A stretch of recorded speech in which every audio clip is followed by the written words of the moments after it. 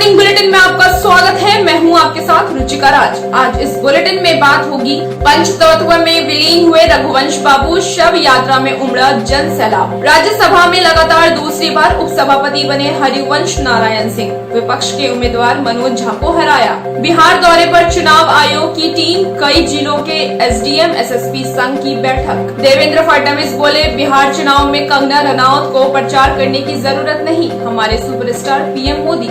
आखिर में जापान में बदलती सियासत, किसान के बेटे योशिहिडे सुगा अगले प्रधानमंत्री बनेंगे। तमाम बड़ी खबरों से पहले एक नजर सुर्खियों पर। बिहार को पीएम मोदी देंगे सौगात। शहरी बुनियादी ढांचे से जुड़े 7 प्रोजेक्ट का आज करेंगे उद्घाटन। पप्पू यादव का सीएम नीतीश को चैलेंज, कहा यदि 15 वर्ष विकास किया तो अकेले लड़े चुनाव। पूर्णिया के गुलाब बाग में डकैतों ने किया तांडव। 15 की संख्या में आए डकैत लूट ले गए 10 लाख की संपत्ति। पहली बार लोकसभा के सदस्यों ने राज्यसभा में बैठकर कार्यवाही में हिस्सा लिया। प्रश्नकाल नहीं हुआ। 24 सांसदों की रिपोर्ट पॉजिटिव। और सुर्खियों के बाद अब बात करेंगे आज की सबसे बड़ी खबर की। वैशाली जिले के महनार में हसनपुर घाट पर डॉक्टर रघुवंश प्रसाद सिंह का सोमवार को अंतिम संस्कार किया गया। छोटे बेटे शशि शेखर ने मुख्य अग्नि दी।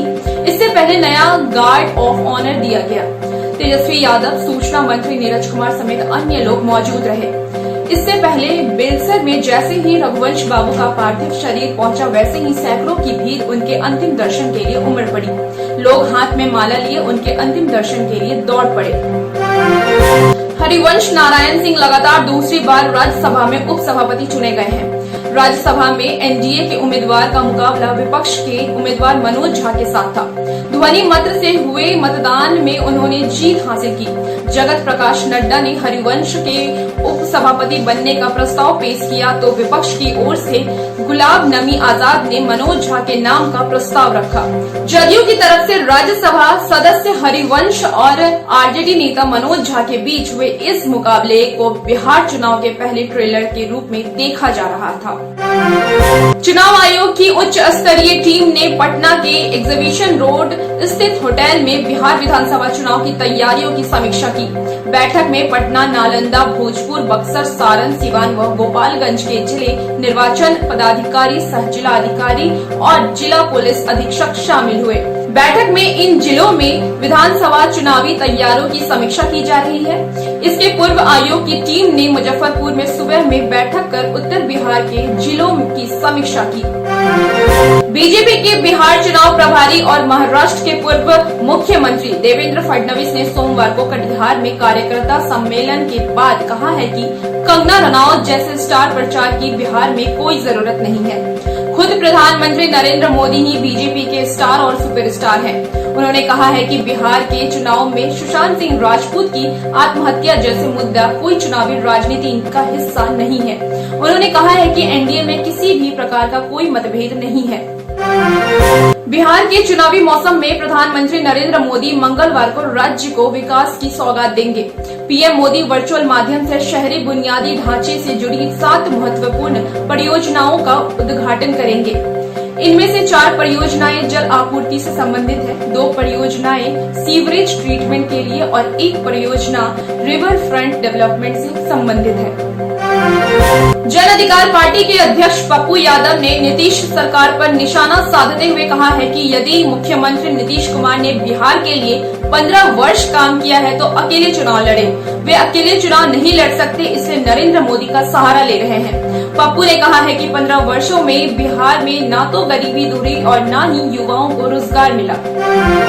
मधुबनी जिले के झांझनपुर में सोमवार को अगले सुबह एक सड़क हादसे में 3 लोगों की मौत हो गई और एक महिला गंभीर रूप से घायल हो गई। घटना झांझनपुर के अररिया ग्राम थाना क्षेत्र के पिपड़िया गांव के पास एक NH57 पर घटी। टाटा सुमो कार में सवार होकर आंगनबाड़ी सेविकाएं और उनके परिजन पटना जा रहे थे। सहरसा के सदर अस्पताल में सोमवार को जीविका दीदी की रसोई का शुभारंभ किया गया। इसका उद्घाटन उप विकास आयुक्त राजेश कुमार सिंह ने किया। इस मौके पर उप विकास आयुक्त ने कहा है कि सदर अस्पताल में काफी दिनों से मरीजों को सही खाना नहीं मिल रहा है। आज इस परेशानी को दूर करने का मकसद दीदी की रसोई की शुरुआत की गई।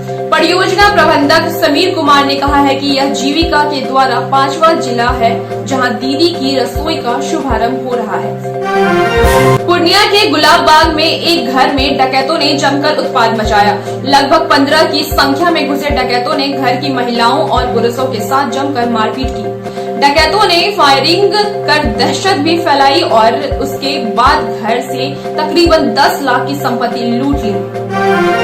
नालंदा खुला विश्वविद्यालय बिहार का अकेला एक ऐसा विश्वविद्यालय है जिसमें दूर शिक्षा के माध्यम से 1.25 लाख से अधिक विद्यार्थी इनरोल्ड हैं। राज्य सरकार ने 10 एकड़ जमीन में आवंटन कर दिया जहां काम शुरू भी हो गया, लेकिन मौजूदा परिस्थितियों के अनुरूप किसी भी दूर शिक्षा संस्थान को 40 एकड़ जमीन पर निर्माण आवश्यक है, जो नालंदा खुला विश्वविद्यालय के पास नहीं है। मिलते हैं एक छोटे से ब्रेक के बाद।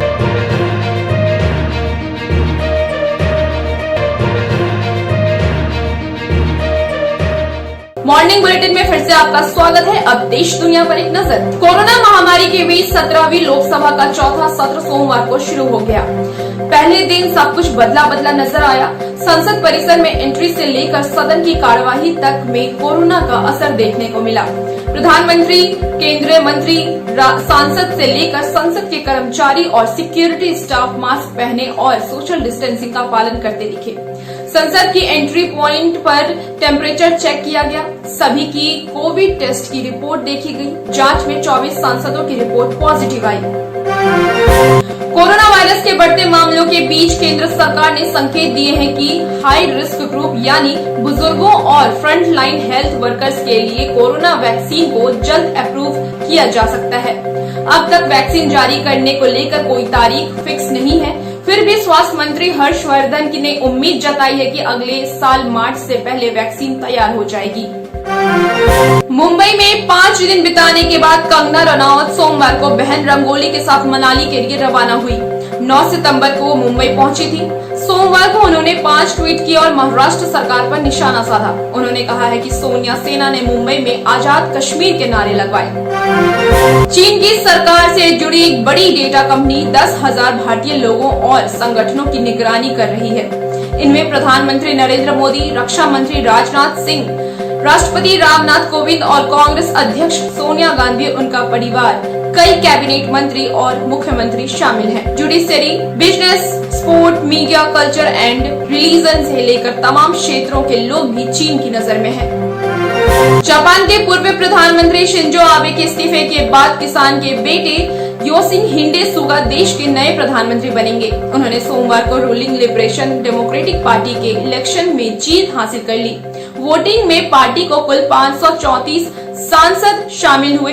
इनमें सुगा को 377 यानी करीबन 70% वोट हासिल हुए। अब उनके प्रधानमंत्री बनने का रास्ता साफ हो गया है। बिहार टिक्स के मॉर्निंग बुलेटिन में सिर्फ इतना ही। देखते रहिए बिहार टिक्स। नमस्कार।